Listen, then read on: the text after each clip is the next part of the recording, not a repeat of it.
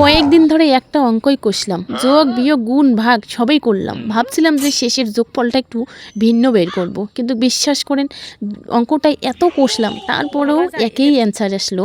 শেষে আসলো যোগফল একে গোয়ালের গরু। মানে বুঝতেই পারতেছেন কার কথা বললাম।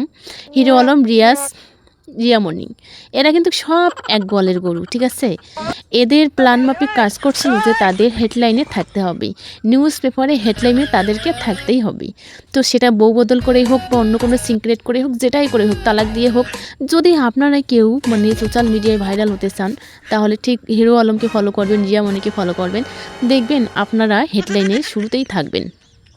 যেমন দেখুন, এরা নামের হেডলাইনে থাকার একটা উদ্দেশ্য ছিল, তার সাথে হয়তোবা কিছু অর্থের প্রয়োজন ছিল, মোটা ইনকাম হচ্ছিল না কয়েকদিন ধরে। তো সেটারই একটা প্ল্যান করলো যে না, আমাদেরকে হেডলাইনে আসতে হবে আর মোটা অঙ্কের কিছু ডলার কামাতে হবে। কিছুদিন ধরে হয়তোবা কামা হচ্ছে না, তাই একটা প্ল্যান করে নিল যে চলো এখন বউ বদল করে হেডলাইনে আসি। কখনো বউকে তালাক দিয়ে, কখনো অন্যের বউকে বিয়ে করে, আবার কখনো সিক্রেট তৈরি করে, এভাবে আমরা শিরোনামে আসতে পারি। আর আমরা হইলাম যেমন বোকা পাবলিক, আমরা শুধু খাই আর খাই, মানে যাই দেখি তাই শুধু হজম করার চেষ্টা করি।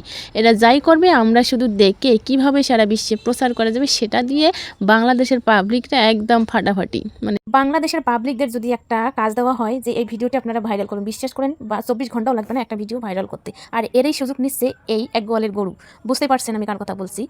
কারণ এদের হয়তো বা অনেক দিন ধরে ভাইরাল হচ্ছে না, হচ্ছে টুকটাক মিলিয়ন হচ্ছে, কিন্তু এই শত ডাবল মিলিয়ন হচ্ছে না। তাই একটু হয়তো বা ডলার কামানোটা কমে গেছে। তাই একটা কত সুন্দর প্ল্যান করলো যে তারা মানে ভাইরাল হয়ে যাবে, কারণ ডলার তো কামাতে হবে, তাই না।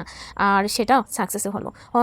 এটা সিক্রেট মানে এই বউ বদল করার পরে তারপরেই তো মানে কোয়াট খাওয়ার একটা সিক্রেট তৈরি করে তারা কিন্তু পুরো ভাইরাল করলো। আগের 6 মাসের যে ইনকাম ছিল সেটা দিয়ে তাদের হচ্ছিল না। আর এই 6 মাসের মধ্যে যা ভিডিও করছে এই পাবলিক, মানে বাংলার পাবলিকরা, ওই 6 মাসের যা ভিডিও আছে নারী ভুড়ি টেনে বের করে বাংলার পাবলিক সেগুলো তো মিলিয়ন ভিউজ করে দিছে। মানে পাবলিক সেটা করতে কিন্তু খুবই পারে। কেউ যদি একটু ভাইরাল হয় তার 14 গোষ্ঠীর নক্ষত্র খুঁজে বের করে সেই ভিডিও মানে ছাড়বে, ভাইরাল না হওয়া পর্যন্ত তার পিছনে লেগেই থাকবে।